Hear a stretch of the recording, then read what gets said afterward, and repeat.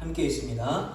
예수께서 여자에게 이르시되 내 믿음이 너를 구원하였으니 평안히 가라 하시니라. 아멘. 네, 할렐루야. 네, 오늘도 이 거룩한 주일 주님의 은혜의 자리를 사모함으로 나온 귀한 성도님들 가운데 놀라운 하나님의 은혜와 축복이 넘치기를 간절히 축복합니다. 이 시간에는 의심을 넘어 임하는 은혜라는 말씀의 제목으로 누가복음 7장 40절부터 50절까지 말씀으로 함께 은혜를 나누도록 하겠습니다. 종교개혁자 마틴 루터, 지금으로부터 500여 년 전이죠. 그때 마틴 루터가 주장한 종교개혁의 5대 강령이 있습니다. 파이브 솔라스라고 말하는데 솔라로 시작하는 5가지 강령이 있습니다. 오직 믿음, 오직 성경, 오직 그리스도, 오직 은혜, 오직 하나님께 영광. 그런데 저희가 여기서 볼 것은 바로 네 번째 솔라 그라티아라는 오직 은혜라는 말이 있습니다. 여러분, 루터는 왜 이 종교개혁을 일으킬 때에 오직 은혜라는 것을 강조했을까요? 우리가 그 당시의 상황을 보면 그 당시 카톨릭은 부패하고 타락했습니다. 고해성사를 하면 사제가 당신이 죄를 용서받기 위해서는 이 일을 하십시오 라는 책무를 주면 그 책무를 다하면 죄가 용서받을 수 있다고 믿었습니다. 자, 그래서 로마 교황청은 그때부터 면죄부라는 것을 팔게 돼요. 돈을 받고 면죄부를 팔아서 성 베드로 성당을 건축하는 기금으로 사용했습니다. 그리고 실제로 면죄부뿐만 아니라 그 자기의 친척이나 부모님이 천국도 아닌 지옥도 아닌 연옥이라는 곳에 계시는데 그 사람을 위해서 눈물로 기도하고 헌금을 하게 되면 이 연옥에 있는 사람이 더 빨리 천국에 갈 수 있다라고 사제들이 가르쳤던 거예요. 그러니까 더 많은 헌금, 더 많은 면죄부가 팔리기 시작했던 것입니다.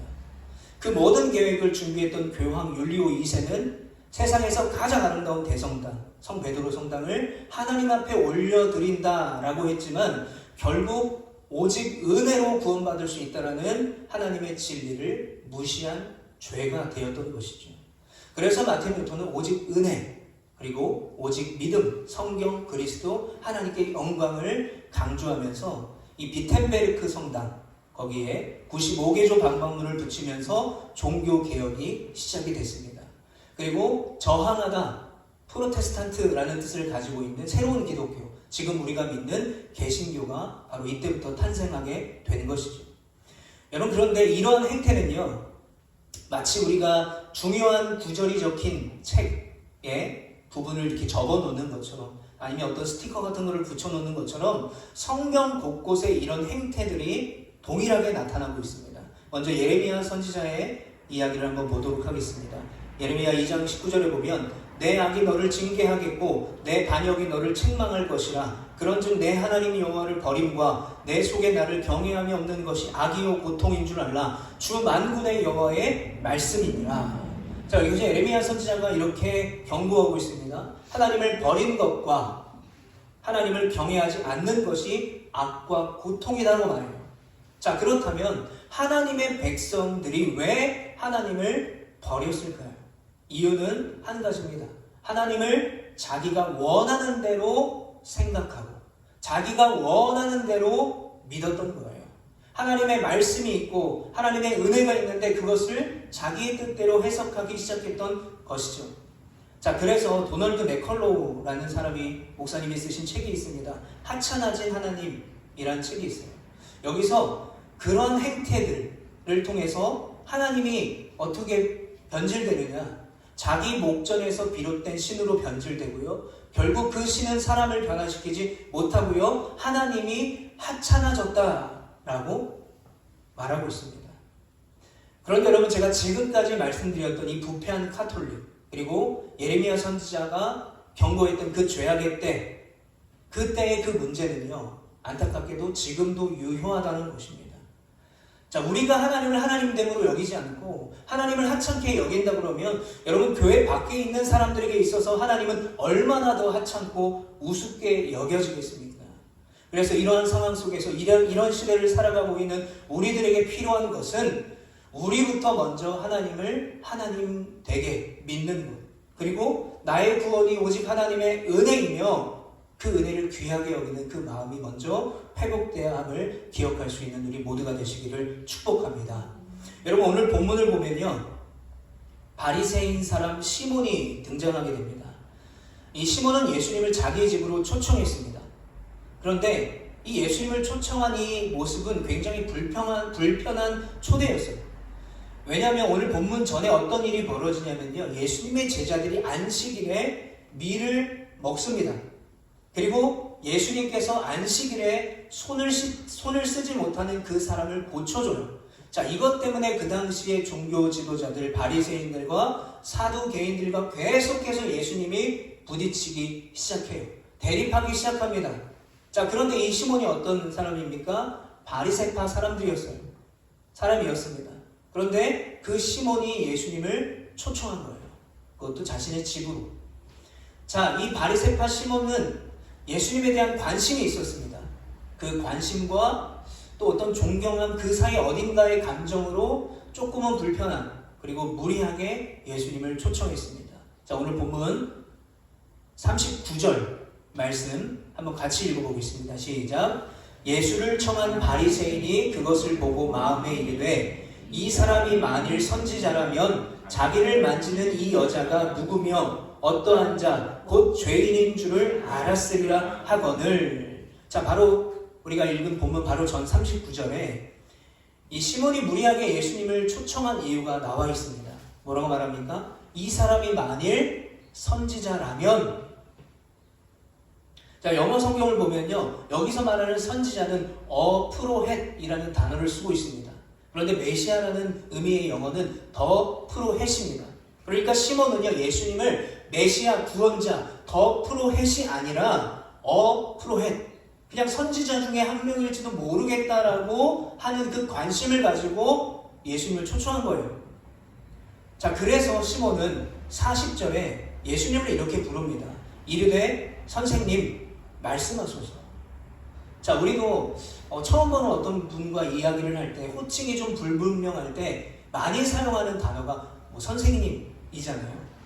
그러니까 이 시몬도 예수님을 선지자여 부르기도 그렇고 주여라고 부르기도 그렇고 그냥 선생님, 랍비 정도로 생각했던 거예요.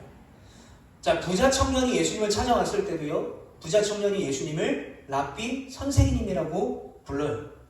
가만히 살펴보면요, 그 안에 예수님을 주다, 구원자다, 메시아다라고 부르지 않는 그들의 마음속에 뭐가 있냐? 뼛속까지 이스라엘이 가지고 있던 선민사상이 있었어요. 우리는 선택받은, 구원받은 자다. 종교적, 도덕적 우월감이 있었고요. 비교우위적인 의로움을 갖고 있었기 때문에 예수님을 주라고 인정하기 싫었던 거예요. 그게 그 당시 바리새파 사람들의 생각이었습니다. 그러니까 시몬도 예수님을 선생님이여 라고 부르는 거예요. 자, 그리고 오늘 본문 44절부터 46절 말씀을 보면 그 여자를 돌아보시며 시몬에게 이르시되 이 여자를 보느냐? 내가 내 집에 들어올 때 너는 내게 발 씻을 물도 주지 아니하였으되 이 여자는 눈물로 내 발을 적시고 그 머리털로 닦았으며 너는 내게 입맞추지 아니하였으되 그는 내가 들어올 때로부터 내 발에 입맞추기를 그치지 아니하였으며 너는 내 머리에 감람료도 붓지 아니하였으되 그는 향유를 내 발에 부었느니라. 선생님이여 말씀하소서 라고 말하는 시몬에게 예수님이 이렇게 말씀하시는 거예요. 시몬아, 내가 생색내는 것도 아니고 비교하는 것도 아닌데 한번 잘 들어봐. 너는 나를 초청해놓고 발 씻을 물도 주지 않았어. 그치? 그런데 저 여인은 내 발에 향유, 그 비싼 향유를 붓고 머리털로 닦아주고 입 맞춰서. 어떻게 생각해? 여러분, 그 당시에 이스라엘은 땅에 먼지와 흙이 굉장히 많았고요. 날씨가 건조했고 더웠습니다. 그래서 누군가가 손님을 초청한다면 그 집 앞에 손과 발을 씻을 물이 들어있는 항아리를 꼭 준비해 놔야 돼요. 왜요? 레위기에서 이미 정결법으로 손과 발을 씻고 들어가게 돼 있었어요. 그리고 이 이스라엘 백성들은 한편으로는 유목민의 후예라고 할 수가 있습니다. 아브라함 때부터 유목민이었잖아요. 그런데 이 유목민의 특징이 있어요. 제가 EBS에서 하는 그 어떤 프로그램을 봤는데 이 몽골에 가면 게르라는 텐트 같은 게 있지 않습니까? 손님이 오면요, 제일 상석에 손님을 앉혀요. 유목민의 습성입니다. 그러니까 객을 환영해줘야 돼요. 극진히 대접을 해줘야 됩니다. 무슨 말이에요? 지금 시몬은 예수님이 손님으로 오셨는데도 불구하고 그 예수님을 대접하지 않았다는 거예요. 지금 시몬의 상태와 그 믿음이 시몬의 태도로 그대로 나타났던 거예요. 예전에 제가 이 미국의 뉴올리언스라는 곳이 있는데 이 재즈의 본거지입니다. 거기서 성공한 아주 유명한 한국인 프로듀서 분의 강의를 한번 들은 적이 있었어요. 근데 그분이 그 외국에서, 그 미국에서 자신이 음악으로 또 그 녹음, 이 스튜디오에서 성공할 수 있었던 가장 큰 요인은 뭐 자신이 뭐 능력이 타고났고 이런 것보다 바로 요거라고 강의를 해주셨습니다. Good attitude. 좋은 태도라는 의미죠. 성실한 태도, 좋은 태도 때문에 자신이 그곳에서 음악으로 성공할 수 있었다라고 강의를 하셨어요. 무슨 말입니까? 사람이 어떤 태도로 나의 일을 대하는가, 또 어떤 태도로 사람이 어떤 사람을 어떻게 대하는가가 굉장히 중요하다라는 것이죠. 제가 제주에 오기 전에 저희 가정에 있었던 일인데, 저희가 하도 집이 더워가지고 이제 예전부터 갖고 있던 설치하지 않은 조그만 에어컨이 있었어요. 근데 그 에어컨을 이제 설치를 하려고 기사 두 분을 불렀습니다. 조금 이제 저렴하다고 해가지고 알아봐서 기사 두 분을 불렀는데 집에 딱 오셨어요. 일단 작업복부터 신뢰가 가지 않아요. 전혀 전문가적인 느낌이 들지 않습니다. 자, 그런데 어쨌든 저희가 불렀으니까 이 두 분이 오셔서 이제 실외기를 설치하려고 구멍을 뚫어야 되는데 벽에다가 구멍을 뚫는데 공구도 잘 사용하지 못하는 거예요, 이분들이. 하루 종일 구멍만 뚫는데 안 뚫리는 거예요. 안 뚫리니까 이분이 계속 고개를 갸우뚱하면서 왜 그러지 그러고 있어요. 심지어 에어컨을 계속 설치하는데 두 분이서 계속 툭탁거리는 거예요. 이건 이렇게 해야 된다. 아니, 이거 이렇게 싸우는 거예요. 전혀 신뢰가 가지 않았습니다. 계속해서 의심이 되는 거예요. 분명히 땡땡 기업 그 연계 업체라고 해서 불렀는데 역시 이제 싼 게 비지떡인가? 에어컨 고장나는 거 아니야? 에어컨 오늘 설치할 수 있는 거 맞아? 근데 이 의심이 확신으로 변했어요. 이분들이 결국 구멍을 못 뚫고요. 에어컨도 설치 못하고 돈도 받지 않고 그냥 가셨어요. 저희가 다음에 진짜 그 업체의 직원분이 불러서 그분들이 알아서 에어컨을 잘 설치해 주셨어요. 여러분 오늘 본문의 이 시몬도 마찬가지입니다. 예수라는 사람을 초청했어요. 근데 계속해서 의심이 가는 겁니다. 진짜 선지자일까? 만일 그가 선지자라면 그가 메시아라고 했는데 그건 또 말도 안 되는 거 같고 선지자는 맞는 걸까? 그러니까 그 시몬의 그 마음, 믿지 못하고 신뢰하지 못하는 마음이 태도로 나타나던 거죠. 그래서 예수님께서는 그 부분을 향유를 부은 여인과 비교하며 지적했던 거예요. 자, 그런데 이러한 예수님의 말씀에 시몬이 어떻게 반응합니까? 이런 거죠. 지금 예수님의 발에 향유를 붓고 있는 저 머리털로 닦고 입 맞춘 저 여자, 예수라는 사람이 칭찬하고 있는 저 여자는 죄인인데, 분명 죄인인데 왜 그런 여자와 나를 비교할 수 있지? 즉 시몬은요, 자신이 종교적으로나 사회적으로나 윤리적으로나 더 깨끗하다고 생각했던 거예요. 내가 저 여인보다는 더 나은 사람이야 라고 여겼던 거예요. 그래서 39절에 저 사람이 만일 선지자라면 이라는 가정법이 달린 거예요. 저 사람이 선지자라면 저 여인이 죄인인 줄 알고 저 여인을 죄인 취급할 텐데 라고 생각했던 거죠. 그런데 저 여자가 어떤 여자인지 알면서 나랑 비교를 해? 아, 이 사람은 내가 보니까 선지자도 아니고 그냥 선생 정도? 아니야, 선생님도 아닐 수도 있겠어 라고 생각하기 시작했던 거죠. 그래서 메시아이시고 구원자이신 그 예수님을 자기의 집에 초청해 놓고도 예수님을 환영하지 않고 구원자로도 여기지 않았던 거예요. 심지어 선지자라고 생각했던 부분까지도 부정하기 시작합니다. 그런데 바로 그때 시몬과 한참 대화를 하다가 예수님께서 갑자기 500데나리온 빚진 자와 50데나리온 빚진 자에 대한 예를 들고 계세요. 갑자기 지금 돈 얘기로 화제가 바뀌게 됩니다. 여러분 그 당시 500데나리온은 그 당시 2년치 연봉이라고 할 수가 있어요. 지금으로 환산하면 뭐 작게는 뭐 2천에서 3천, 많게는 6천, 뭐 1억까지 가까이 되겠죠. 그리고 50데나리온은 2달치 월급이에요.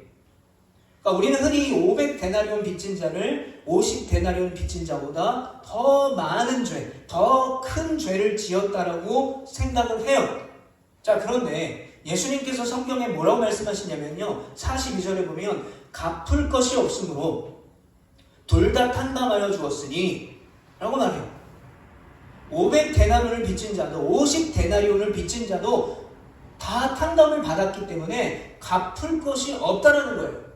여기서 말하고 있는 것은 뭐냐면 갚을 것이 없다라는 것은 큰 죄나 작은 죄나 그 죄의 문제를 사람 스스로가 해결할 수 없다라는 것입니다. 하나님께서 그것을 유일하게 해결할 수 있는 하나님 앞에 보면 그 죄의 크기에 대한 구분이 없다라는 거예요.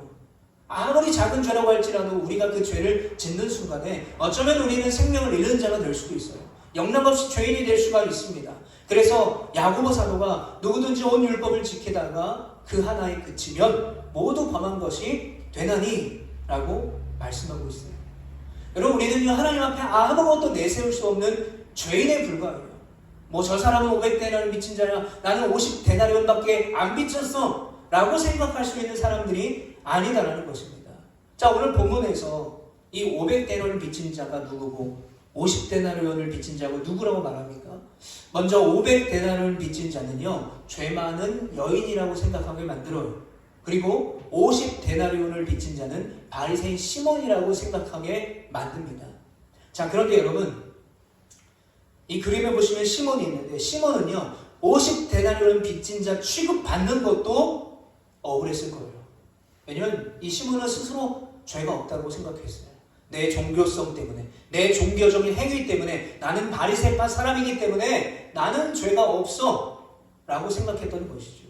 죄가 있다고 해도 내가 저 여인보다 더 의롭게 살았다 라고 생각하면서 50데나리온은 좀 많은데 라고 생각했을 거예요.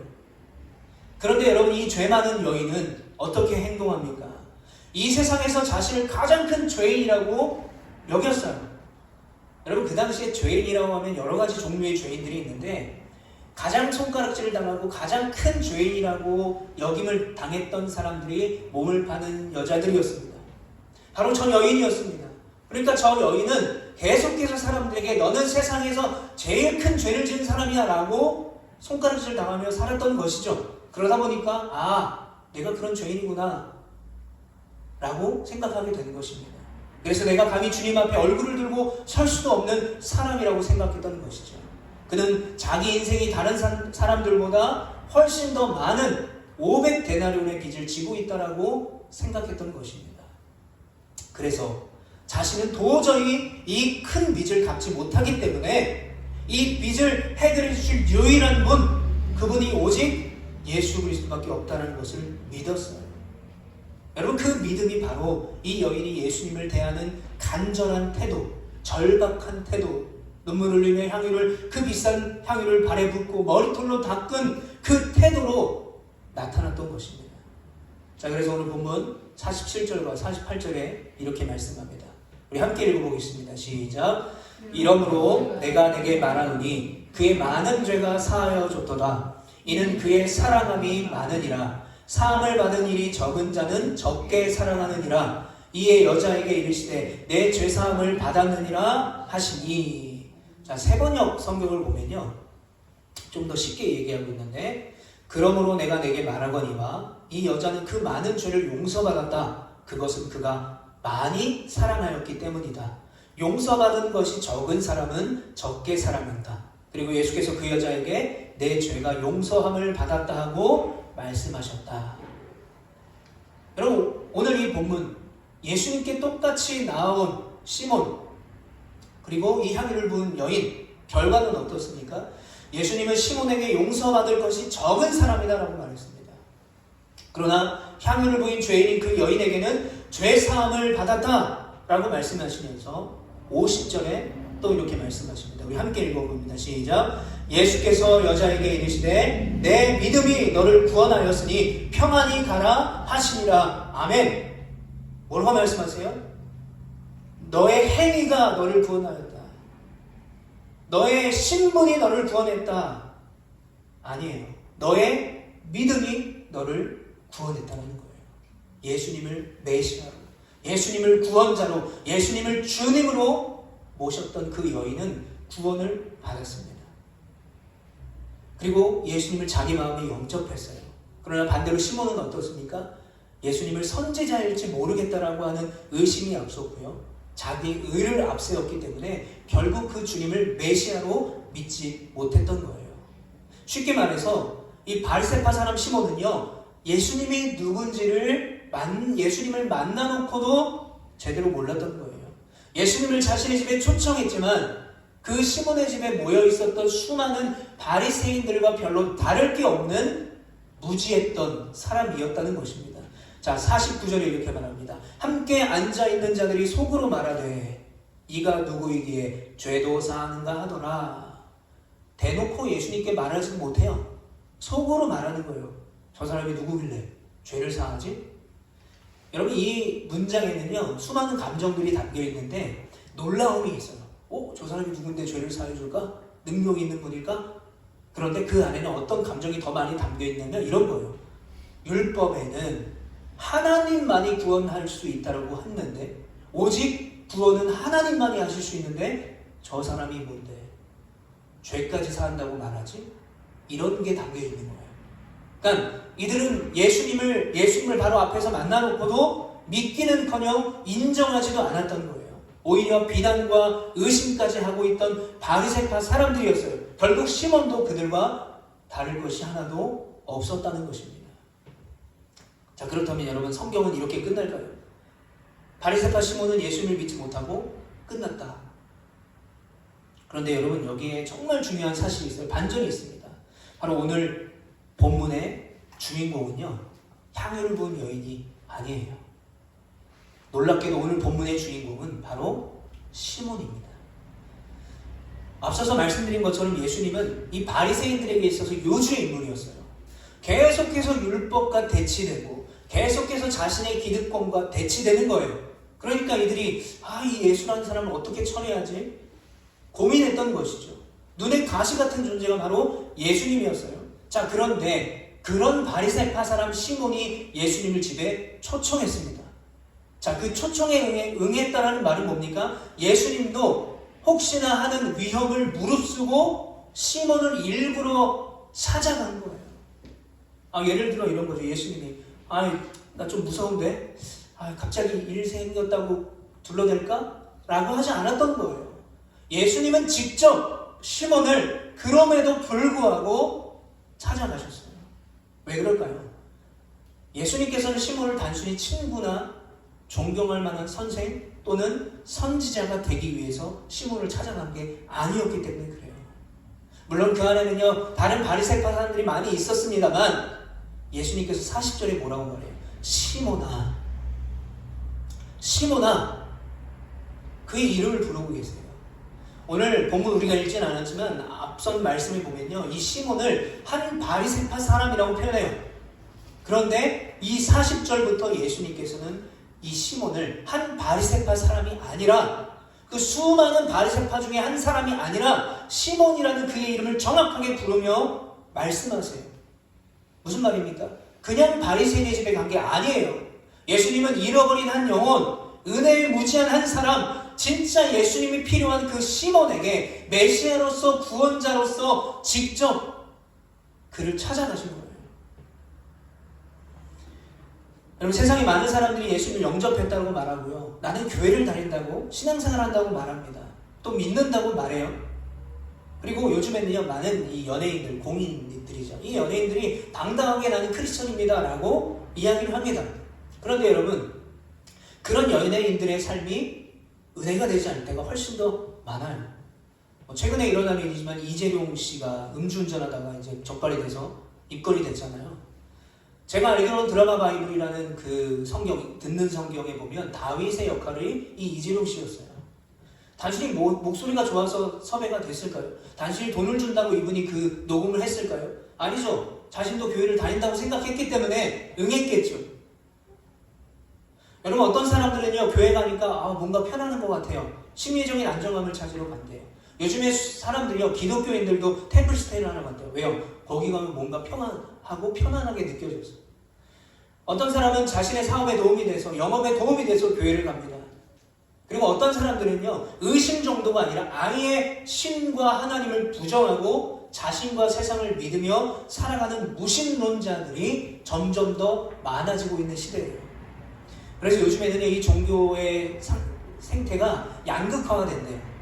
되게 잘 믿거나 아니면 아예 신은 존재하지 않는다라고 믿는 무신론자들이 점점 많아진대요.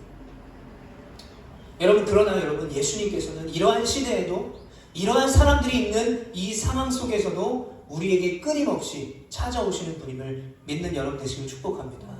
오늘날로 예수님께서는요, 시몬과 같은 사람들을 찾아가세요. 그리고 거기에 모여있던 이 바리새파 사람들과 같은 그 잃어버린 영혼들을 만나기를 원하십니다. 사랑하는 성도 여러분, 이 시간 나의 마음에, 나의 중심에 찾아오셔서 나를 구원하시고 회복하시기를 원하시는 그 예수님을 여러분들 마음 가운데 초청하시기를 축복합니다. 내가 가지고 있는 그 의심을 넘어서, 때로는 나의 영적 무지함을 넘어서, 나의 의의를 넘어서, 나의 교만함을 넘어서, 나의 어떠함이 아니라 내 이름과 내 생각과 내 모든 것을 다 아시며 여전히 나를 사랑하시는 그 주님을 영접하시는 우리 모두가 되시기를 축복합니다. 여러분, 그런데 우리 가끔 이렇게 말하죠. 하나님, 제가 아무리 부르짖어도, 아무리 주님을 찾아가도 주님은 안 계셨어요. 내가 힘들고 어려울 때 주님 도대체 어디 계셨습니까? 우리가 흔히 이렇게 하나님 앞에 불평하고 원망할 때가 있어요. 저 역시 그랬어요. 저 역시 투석을 해야 될 때, 제 육신이 아플 때, 또 여러 가지 합병증 때문에 고생할 때 저도 하나님 왜 저의 기도에 응답하지 않으십니까? 제가 이렇게 힘들 때 주님은 어디 계십니까? 라고 질문했던 적이 너무나 많습니다. 그런데 여러분, 이건 착각이에요. 우리가 예수님을 찾아간다라고 생각하면 안 돼요. 왜요? 사실은 예수님이 우리를 찾아오시는 거예요. 그 주님이 우리를 찾아오시는 것입니다. 문제는 뭡니까? 예수님이 거기 계시냐, 예수님이 오셨냐가 아니라 우리가 그 예수님을 어떻게 맞이하느냐가 더 중요하다는 것입니다. 여러분, 이곳에 계시고 나를 찾아오신 주님을 어떻게 맞이하시겠습니까? 시몬처럼 자기의 의와 의심으로 예수님을 거부하시겠습니까? 아니면 예수가 도대체 뭔데 하나님이 구원할 수 있는 그 부분까지도 구원한다고 말하지? 라고 무시했던 바리새인들처럼 여전히 거부하시겠습니까? 이 시간 우리 모두가 자기의 의를 내려놓고 의심을 버리고 오직 은혜로 우리를 찾아오시는 그 예수님을 붙들 수 있는 우리 모두가 되시길 간절히 축복합니다. 주님, 저는 죄인입니다. 그러나 주님이 저의 구원자이십니다. 이 간절한 절박한 고백으로 주님을 온전히 맞이함으로 그럼에도 불구하고 나를 찾아오시고, 그럼에도 불구하고 나를 여전히 안아주시고, 그럼에도 불구하고 여전히 나를 사랑하시는 그 주님의 은혜와 진리 안에 거할 수 있는 저와 여러분 되시기를 주님의 이름으로 간절히 축복합니다. 우리 시간에 들은 말씀을 기억하면서 함께 찬양하며 고백하길 원합니다.